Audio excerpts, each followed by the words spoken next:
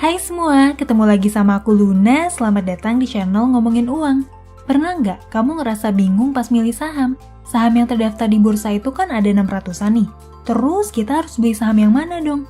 Kebanyakan investor pemula seringnya tuh nyari rekomendasi atau bocoran saham yang besok bakalan naik.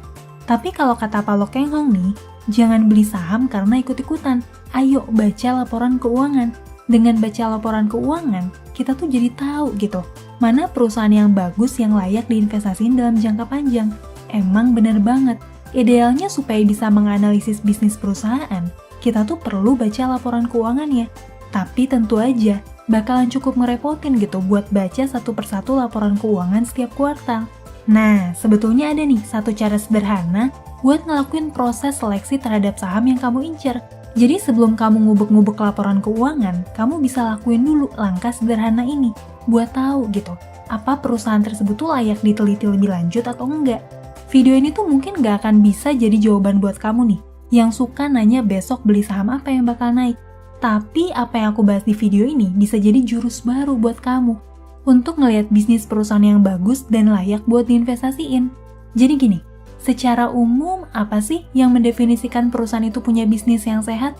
Bisnis yang sehat itu ya sederhananya perusahaan yang terus bertumbuh, perusahaan yang untungnya besar, perusahaan yang bisa ngelola biaya dan kewajiban finansialnya dengan efisien, dan perusahaan yang bisa ngelola utang produktifnya supaya bisa ngasilin bisnis yang lebih baik lagi. Sebaliknya, perusahaan yang bisnisnya nggak sehat itu ya perusahaan yang nggak stabil, kadang untung, kadang rugi. Terus biaya dan bebannya juga besar. Pengelolaan sumber dayanya berantakan, dan utang perusahaannya tuh terlampau besar kalau dibandingin sama kemampuan perusahaan tersebut buat bayar utang. Nah, kamu perlu tahu gitu, di pasar modal ada banyak perusahaan yang kelihatannya baik-baik aja. Produknya sering kita lihat di toko, gedung kantornya mewah, tapi ternyata kondisi bisnis perusahaannya tuh kurang sehat, utang perusahaannya numpuk. Sebaliknya, ada juga gitu, perusahaan yang nggak terlalu dikenal, jarang ada orang yang tahu, tapi ternyata profitnya besar dan manajemennya tuh juga bagus. Biasanya Pak Lo Keng Hong jeli banget nih nemuin perusahaan yang kayak gini. Pertanyaannya sekarang, gimana sih caranya supaya kita bisa tahu ciri-ciri perusahaan yang sehat? Nah, aku mau ajarin kamu nih, cara sederhana buat ngelihat rekam jejak sebuah perusahaan, tanpa harus terlalu jauh baca ratusan lembar laporan keuangan. Sekarang, coba deh kamu lihat gambar ini. Sederhananya, ini tuh adalah visualisasi dari angka-angka yang ada di laporan keuangan. Kalau kamu lihat laporan keuangan, kamu kan bakal ngelihat banyak angka-angka. Nah, angka itu tuh divisualisasiin dalam bentuk grafik kayak gini. Ini nih yang bakalan kita pelajari bareng-bareng. Gimana kita bisa ngelihat kesehatan perusahaan pakai grafik ini? Oh iya, aku pakai data yang disediain sama aplikasi Ajaib, karena menurutku navigasinya gampang banget buat dipakai. Kamu bisa akses fitur ini secara gratis, cuma perlu daftar akunnya aja. Oke, pertama tentu kita tuh harus nentuin dulu gitu, saham apa yang mau kita analisis. Aku ambil contoh misalnya saham Indofood CBP, dengan kode ICBP. Ini adalah kode saham yang produknya tuh jadi kesayangan banyak orang di Indonesia.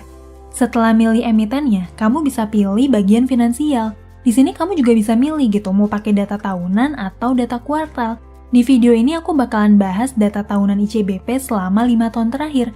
Kita bakalan disodorin 3 grafik kayak gini. Ada income statement atau laporan laba rugi, ada juga balance sheet atau laporan neraca, dan cash flow statement atau laporan arus kas. Wah, kok banyak istilah keuangan gitu sih? Tenang, semuanya bakalan aku jelasin satu-satu. Pertama, kita bahas dulu tentang income statement atau laporan laba rugi. Di income statement, kita bisa lihat gitu, rekam jejak penjualan dari perusahaan Indofood selama beberapa tahun ke belakang. Di sini kamu bisa lihat nih, data dari tahun 2015 sampai tahun 2019. Kamu juga bisa lihat, ada revenue yang ngegambarin berapa banyak sih uang yang masuk dari hasil penjualan produknya. Makin besar tentu makin baik nih, artinya penjualannya tuh makin naik. Terus ada juga net income yang ngegambarin seberapa besar sih keuntungan perusahaan setelah semua pemasukan itu tuh dikurangi sama seluruh biaya, kayak biaya produksi, biaya operasional, pajak, depresiasi, dan lain-lain. Selain itu ada juga profit margin nih, atau persentase keuntungan bersih kalau dibandingin sama pemasukannya. Semakin tinggi profit margin tentu bakalan makin bagus. Artinya laba atau keuntungan perusahaan tuh tebel banget kalau dibandingin sama pemasukan penjualannya. Semakin tinggi, ya artinya perusahaan itu tuh bisa ngelola biayanya jadi lebih efisien. Di sini kamu bisa lihat nih, di tahun 2015 sampai 2019, artinya sebelum terjadi pandemi, pemasukan ICBP tuh terus bertumbuh naik, labanya juga naik terus, dan profit marginnya juga terus naik. Dari sini kita bisa tahu gitu, kalau dari sisi penjualan, ya ICBP tuh sehat banget. Sekarang kita coba cek contoh lainnya, misalnya saham Aisa, yang produknya tuh berupa snack yang sering kita lihat di minimarket. Sejak tahun 2014, income statement-nya kayak gini. Nah, ada hal yang menarik nih. Dari sisi revenue, Aisa ini kurang stabil. Sejak tahun 2015, pemasukannya turun terus. Net income-nya juga sempat sampai negatif. Artinya perusahaannya tuh sempat merugi. Yang menarik adalah profit marginnya yang sempat melambung tinggi banget di tahun 2019. Padahal tahun 2018 dan 2017 tuh sempat rugi. Wah, ada apaan tuh? Nah, kalau kita ngulik laporan keuangan ya, pasti ketemu jawabannya. Ternyata nih, melambungnya profit margin itu berasal dari sisa piutang lain-lain yang diakui sebagai pendapatan. Setelah salah satu anak usaha Aisa itu dilikuidasi, namanya PT Dunia Pangan. Dan juga berasal dari selisih nilai wajar atas restrukturisasi utang obligasi dan sukuk yang dimiliki sama Aisa. Oke, sekarang kita masuk ke bagian yang kedua nih, yaitu balance sheet atau laporan neraca. Kita lihat grafik ICBP lagi ya. Di sini ada 3 istilah nih. Yang pertama ada total aset yang ngegambarin seluruh nilai kekayaan perusahaan. Mulai dari banyaknya modal yang dimiliki, sampai banyaknya kewajiban yang harus dipenuhin gitu.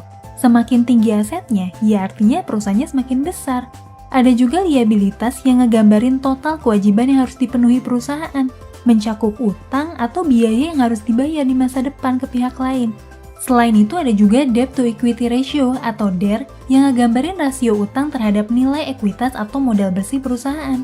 Semakin rendah DER artinya beban perusahaan itu tuh relatif nggak terlalu besar kalau dibandingin sama modal bersih yang dimiliki sama perusahaan.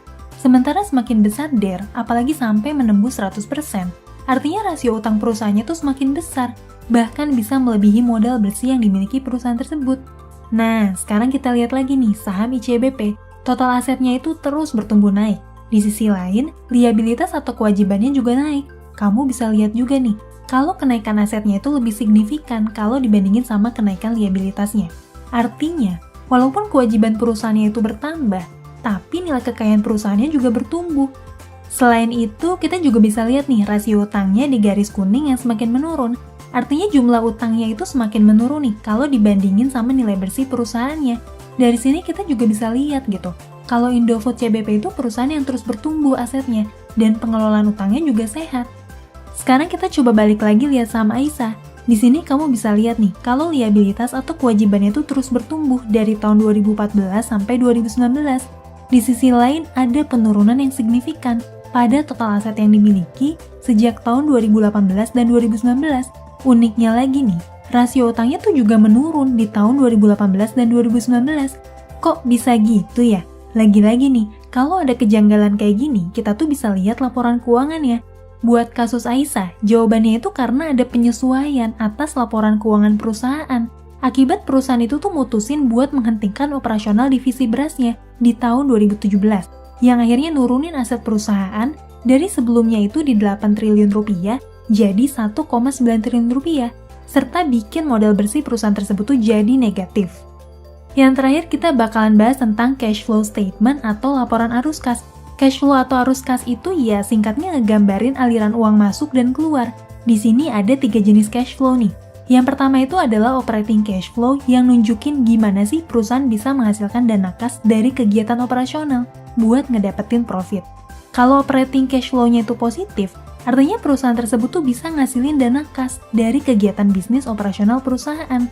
Kalau negatif, ya artinya pengeluaran operasionalnya tuh lebih besar daripada pemasukannya. Selain itu, ada juga investing cash flow. Jadi gini, kalau investing cash flow itu positif, artinya nih, bisa jadi perusahaan tuh lagi ngelakuin penjualan pada aset-asetnya. Sementara kalau investing cash flow-nya itu negatif, artinya ada uang nih yang dibelanjain buat jadi aset perusahaan. Misalnya beli tanah, beli mesin, perawatan aset produksi, dan lain-lain. Pada umumnya nih, investing cash flow yang positif itu justru dianggap sebagai hal yang kurang bagus kalau dilihat dari sisi bisnis. Karena artinya, perusahaan itu tuh lagi ngelakuin efisiensi. atau lagi butuh uang gitu sampai dia harus ngejual aset-aset yang dimilikin. Penjualan aset tersebut tentu gitu bisa berpengaruh sama tingkat produksi yang jadi menurun. Sementara investing cash flow yang negatif justru dianggap sebagai hal yang wajar. Soalnya kan emang perusahaan itu pasti harus ngeluarin uang buat membeli atau ngerawat asetnya. Yang terakhir adalah financing cash flow. Kalau ini gampang banget nih. Dia tuh ngegambarin arus kas yang berhubungan sama pinjaman atau utang dan suntikan modal dari pemegang saham.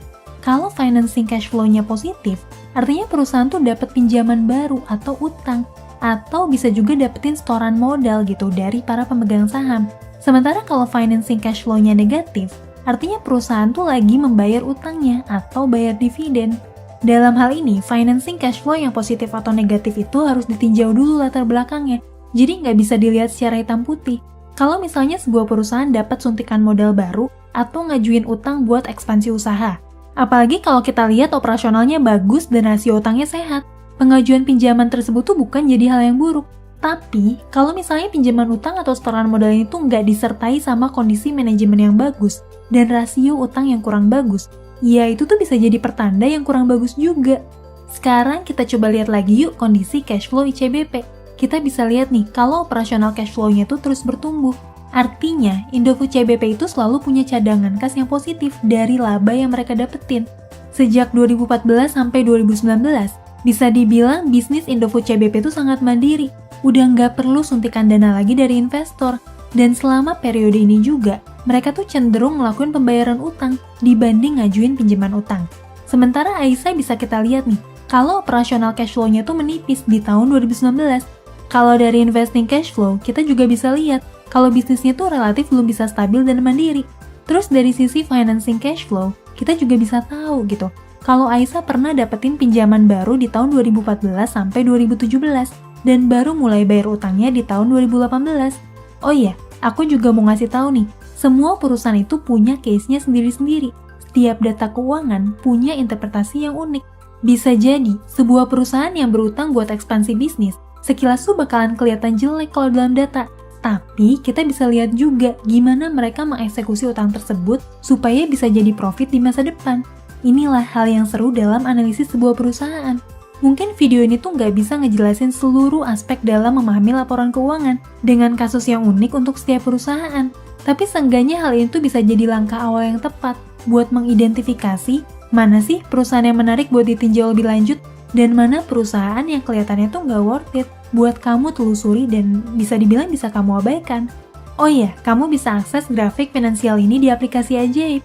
Di aplikasi Ajaib, semua rekam jejak finansial statement tuh bisa kamu lihat secara praktis banget. Entah itu per tahun atau per kuartal. Nah, sekarang coba dong kamu praktekin analisis ini.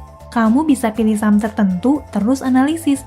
Tulis hasil analisis kamu di kolom komentar. Kalau ada yang mau ditanya lebih lanjut, kamu juga bisa tulis pertanyaan kamu di kolom komentar. Oke deh, segitu aja yang mau aku sampein. Semoga dengan ulasan ini, kamu tuh jadi punya jurus baru buat ngelakuin analisis awal dalam milih perusahaan mana yang sekiranya layak untuk diinvestasiin atau yang kamu pikir menarik buat ditelusuri lebih jauh. Sampai ketemu lagi di video selanjutnya. Tetap di channel Ngomongin Uang, karena ngomongin uang gak ada habisnya.